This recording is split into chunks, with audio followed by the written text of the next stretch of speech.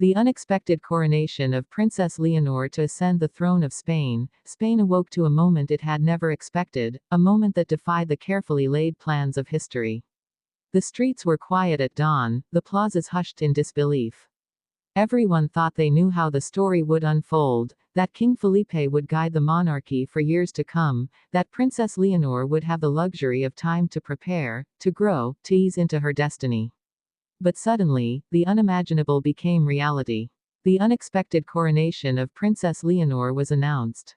A future queen was no longer in waiting. She was now. And the question on everyone's lips was simple yet electric: how did this happen, and what would it mean for Spain? The truth was both shocking and deeply human. For years, King Felipe carried the weight of the crown with quiet dignity. He restored respect to the monarchy after the turbulence of his father's reign, balancing tradition with modern demands. But behind the walls of Zarzuela Palace, whispers grew louder. Felipe's health, though carefully guarded, had begun to falter. Advisors pressed for secrecy, but the truth could not be hidden forever. The king himself made the choice, an act of love and foresight, to step aside before weakness could erode the institution he had sacrificed everything to protect. And so, Spain found itself standing before an unthinkable reality. Princess Leonor, only just stepping into adulthood, was summoned not to prepare for the throne, but to take it. Imagine the weight of that moment. A 19-year-old, trained in protocol, schooled in diplomacy, raised in the shadow of destiny, suddenly thrust into the heart of history. Her childhood ended in silence. Her reign began in thunder. The coronation itself was unlike any Spain had ever seen. It was not the carefully choreographed spectacle planned years in advance, but a ceremony filled with urgency, with raw emotion, with a nation holding its breath. The Cathedral of Almedina shimmered in golden light as Leonor entered, not simply as a princess, but as the embodiment of continuity and survival. The crown of Spain, heavy with centuries of struggle, triumph, and sacrifice, was lowered onto her head. In that instant, history bent. A young woman became the sovereign of one of Europe's oldest kingdoms. But what the world saw that day was more than ceremony. They saw Leonor herself, calm, resolute, her voice steady as she pledged loyalty not only to Spain's constitution but to its people. Gone was the image of a sheltered royal child.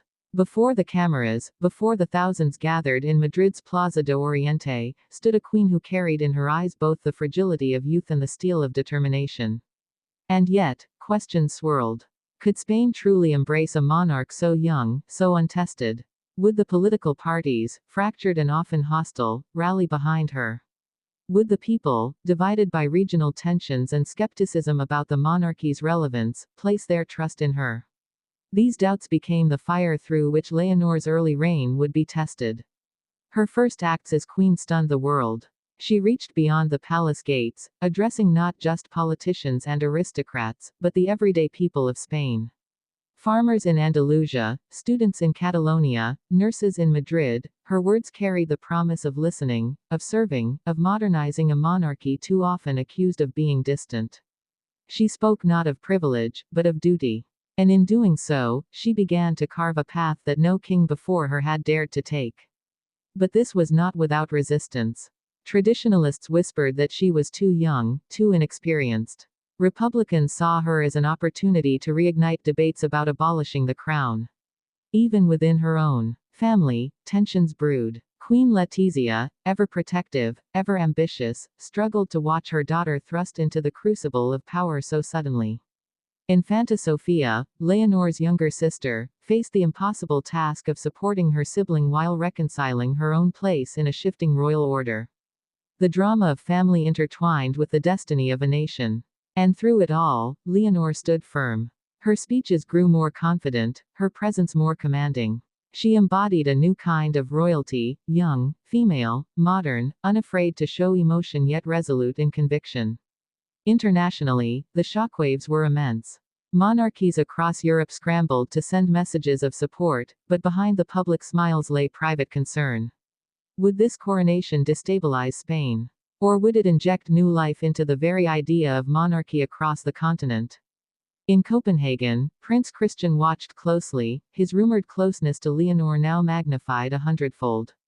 In London, King Charles reflected on the fragility of crowns in modern times. And in Paris, Republican voices pointed to Spain as proof of monarchy's unpredictability. The world had underestimated Leonor. But with every passing day, every carefully measured decision, she began to prove that her coronation, unexpected though it was, might have been exactly what Spain needed.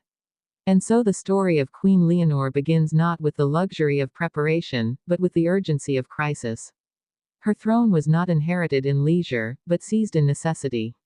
And perhaps that is why her reign will matter more than any before. Because it is not the story of a princess waiting patiently for destiny, it is the story of a young woman who met history before she was ready, and chose not to falter. This is not simply a coronation. This is a rebirth of Spain's monarchy, forged in uncertainty, illuminated by hope, and carried on the shoulders of a queen who has only just begun to write her story.